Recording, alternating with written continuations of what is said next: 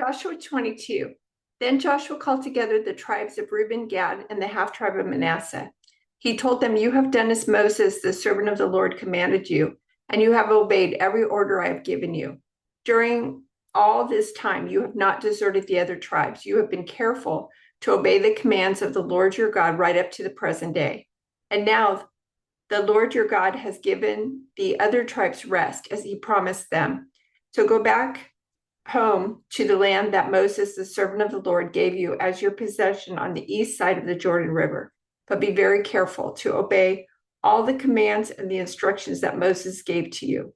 Love the Lord your God, walk in all his ways, obey his commands, hold firmly to him, and serve him with all your heart and all your soul." So Joshua blessed them and sent them away, and they went home. Moses had given the land of Bashan, east of the Jordan River, to the half tribe of Manasseh. The other half of the tribe was given land west of the Jordan.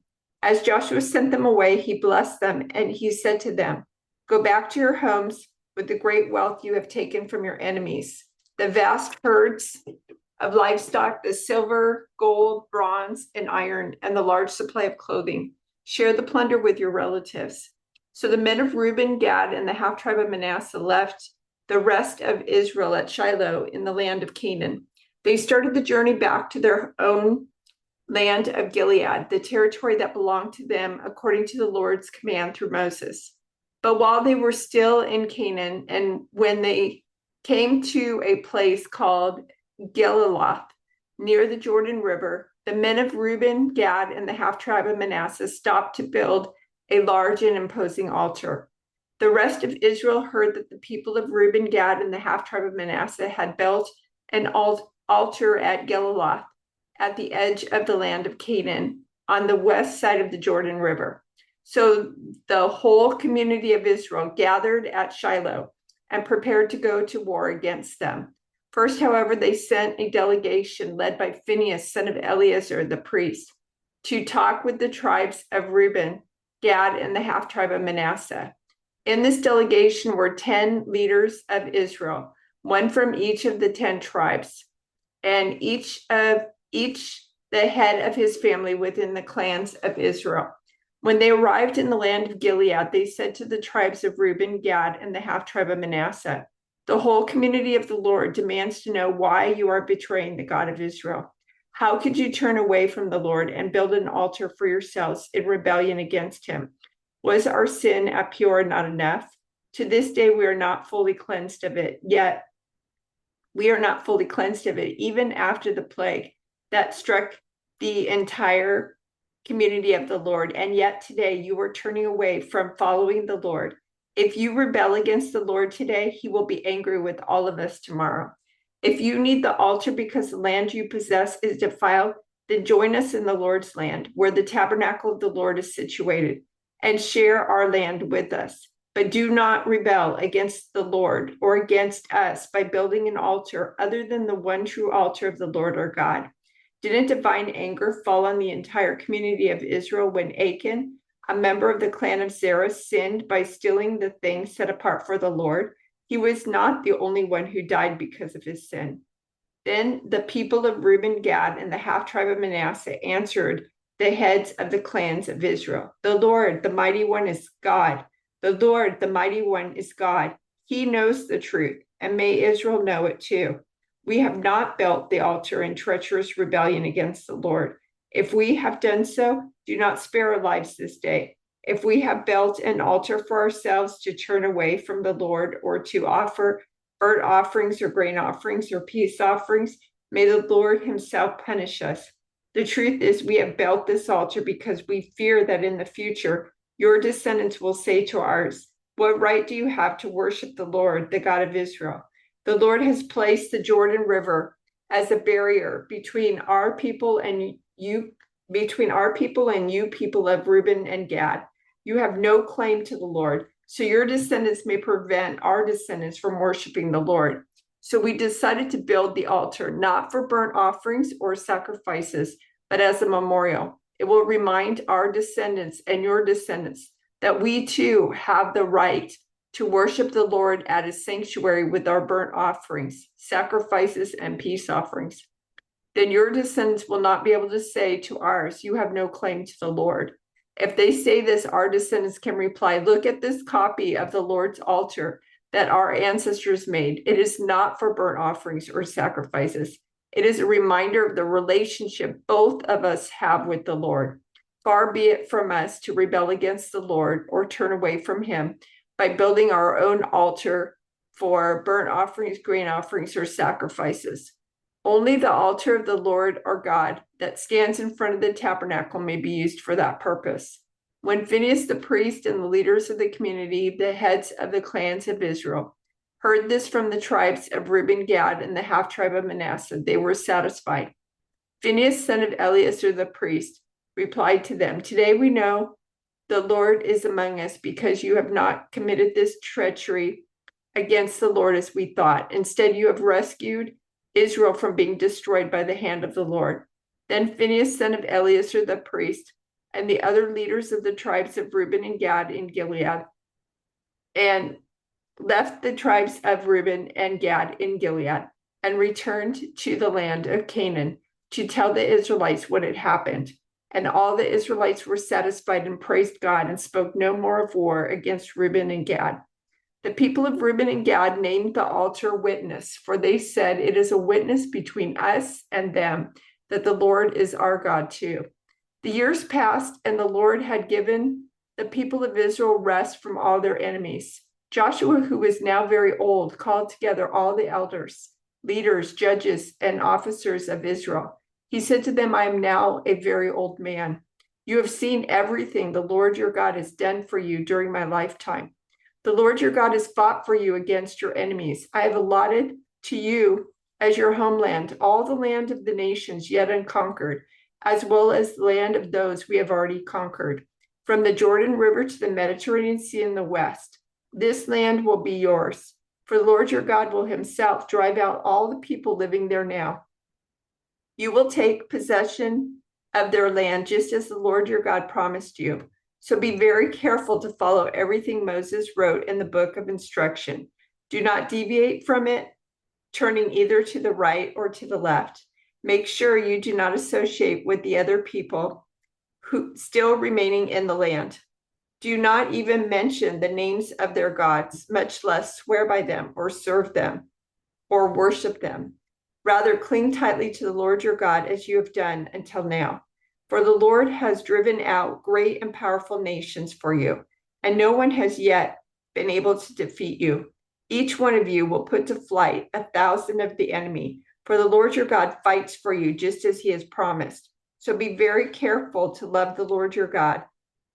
But if you turn away from him and cling to the customs of the survivors of these nations remaining among you, and if you intermarry with them, then know for certain that the Lord your God will no longer drive them out of your land. Instead, they will be a snare and a trap to you, a whip for your backs, and thorny brambles in your eyes, and you will vanish from this good land the Lord your God has given you. Soon I will die, going the way of everything on earth. Deep in your hearts, you know that every promise of the Lord your God has come true. Not a single one has failed. But as surely as the Lord your God has given you the good things he promised, he will also bring disaster on you if you disobey him. He will completely destroy you from this good land he has given you. If you break the covenant of the Lord your God by worshiping and serving other gods, his anger will burn against you, and you will quickly vanish from the good land he has given you. Then Joshua summoned all the tribes of Israel to Shechem, including their elders, leaders, judges, and officers. So they came and presented themselves to God. Joshua said to the people, this is what the Lord, the God of Israel, says. Long ago, your ancestors, including Terah, the father of Abraham, and Nahor, lived beyond the Euphrates River, and they worshipped other gods. But I took your ancestor Abraham from the land beyond the Euphrates and led him into the land of Canaan. I gave him many descendants through his son Isaac. To Isaac I gave Jacob and Esau. To Esau I gave the mountains of Seir, while Jacob and his children went down into Egypt. Then I sent Moses and Aaron, and I brought terrible plagues on Egypt. And afterward I brought you out as a free people. But when your ancestors arrived at the Red Sea, the Egyptians chased after you with chariots and charioteers. When your ancestors cried out to the Lord, I put darkness between you and the Egyptians. I brought the sea crashing down on the Egyptians, drowning them. With your very own eyes, you saw what I did. Then you lived in the wilderness for many years. Finally, I brought you into the land of the Amorites on the east side of the Jordan. They fought against you, but I destroyed them before you. I gave you victory over them, and you took possession of their land.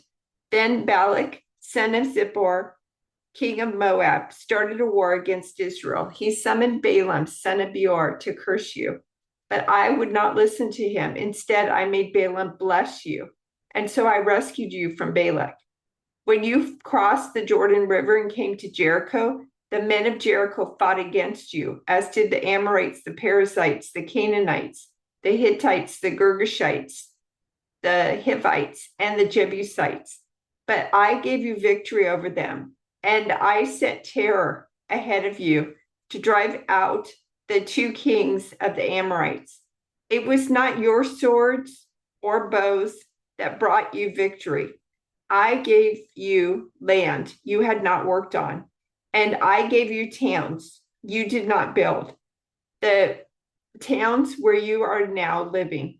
I gave you vineyards and olive groves for food, though you did not plant them. So fear the Lord and serve him wholeheartedly. Put away forever the idols your ancestors worshipped when they lived beyond the Euphrates River and in Egypt. Serve the Lord alone. But if you refuse to serve the Lord, then choose today whom you will serve. Would you prefer the gods of your ancestors served beyond the Euphrates? Or will it be the gods of the Amorites in whose land you now live? But as for me and my family, we will serve the Lord. The people replied, we would never abandon the Lord and serve other gods, for the Lord our God is the one who rescued us and our ancestors from slavery in the land of Egypt. He performed mighty miracles before our very eyes. As we traveled through the wilderness among our enemies, he preserved us. It was the Lord who drove out the Amorites and the other nations living here in the land. So we too will serve the Lord, for he alone is our God. Then Joshua warned the people, you are not able to serve the Lord, for he is a holy and jealous God. He will not forgive your rebellion and your sins. If you abandon the Lord and serve other gods, he will turn against you and destroy you, even though he has been so good to you. But the people answered Joshua, no, we will serve the Lord. You are a witness to your own decision, Joshua said. You have chosen to serve the Lord. Yes, they replied. We are witnesses to what we have said. All right, then, Joshua said, destroy the idols among you and turn your hearts to the Lord, the God of Israel. The people said to Joshua, we will serve the Lord our God. We will obey him alone. So Joshua made a covenant with the people that day at Shechem, committing them to follow the decrees and regulations of the Lord. Joshua recorded these things in the book of God's instructions. As a reminder of their agreement, he took a huge stone and rolled it beneath the terebinth tree beside the tabernacle of the Lord. Joshua said to all the people, this stone has heard everything the Lord said to us. It will be a witness to testify against you if you go back on your word to God. Then Joshua sent all the people away to their own homelands. After this, Joshua, son of Nun, the servant of the Lord, died at the age of 110. They buried him in the land he had been allocated at Timnath-Serah in the hill country of Ephraim, north of Mount Gaash. The people of Israel served the Lord throughout the lifetime of Joshua and of the elders who outlived him, those who had personally experienced all that the Lord had done for Israel. The bones of Joseph, which the Israelites had brought along with them when they left Egypt, were buried at Shechem, and the plot of land Jacob had bought from the sons of Hamor for 100 pieces of silver. This land was located in the territory allotted to the descendants of Joseph. Eleazar, son of Aaron, also died. He was buried in the hill country of Ephraim in the town of Gibeah, which had been given to his son Phinehas.